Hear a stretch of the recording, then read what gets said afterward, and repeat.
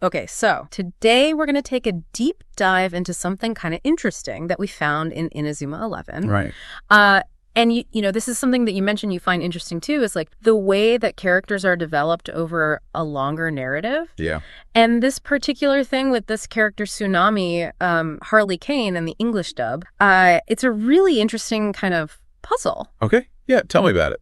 Okay, so Tsunami, right? He's like a standout player for Inazuma Japan. He is, yeah. You know, super laid back, confident on the field, like nothing really phases this guy. Mm-hmm. But then when the team's traveling to Liocott Island in season 3 out of nowhere, he reveals this pretty serious fear of flying. Oh, wow. Right? And it makes you kind of stop and go, wait a minute, because they've already taken a bunch of international flights. Yeah, they've been all over the place, haven't they? But they've been all over Asia. Like they went to Australia for the Asia preliminaries and to Qatar and South Korea, all these places, pretty far. Right. So that's what we're going to dig into. Like why is this fear just kind of popping up now? Interesting. So first, like maybe we should think about how the story was being, right?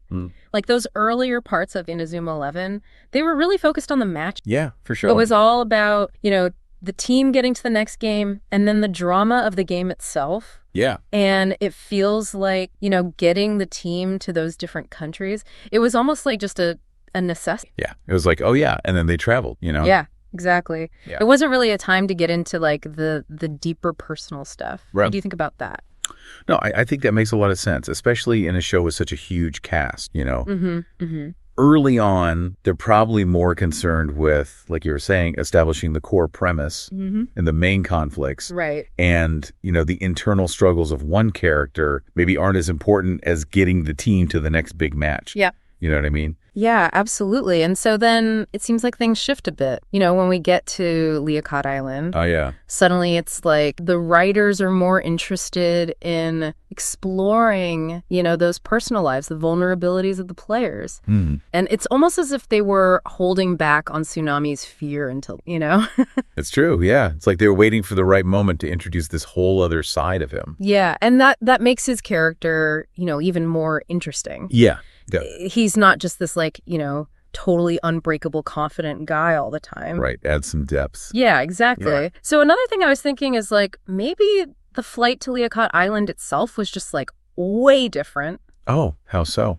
Well, you know, maybe it was just, like, a super long flight. You know, they're going to this island. Who knows how far away it is? Yeah. Maybe they're in, like, a smaller plane this time, one that's, like, you know, a little less stable, a little more bumpy. Okay, yeah. And think about it, like if there was some turbulence, you know, that could definitely make even just like a little bit of anxiety into like full-blown fear. Oh, absolutely. Yeah, I can see that for sure. Right. And it's possible Tsunami always had like a mild thing about flying, you know? Right. But it just never got to the point where it was like a real problem until this particular flight.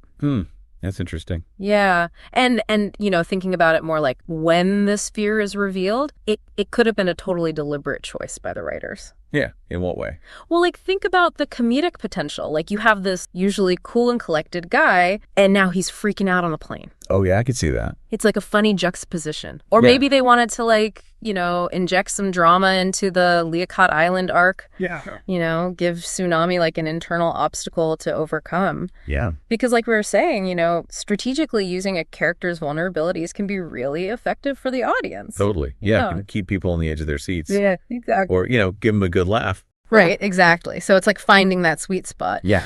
So basically what we're seeing is that the timing of when we learn about Tsunami's fear of flying, it probably comes down to storytelling choice. I think so. You know, it's like character details, they often come out when they'll have the biggest impact on the story at that moment.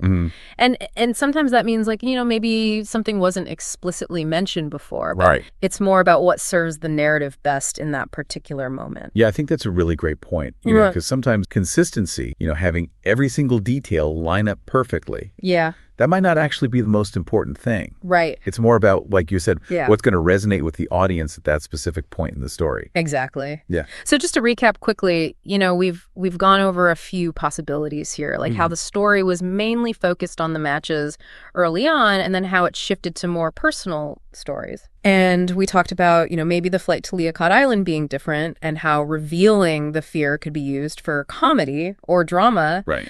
And I think it's important to remember that there might not be like one definitive answer. you know? Absolutely. Yeah, I think part of what makes these discussions so fun is that it's open to interpretation. Yeah, exactly. Yeah. So now I want to throw it out to you, listening, thinking about everything we've talked about. What do you think is the most compelling reason Yeah. for why Tsunami's fear of flying wasn't revealed until later? Which explanation resonates more? Yeah.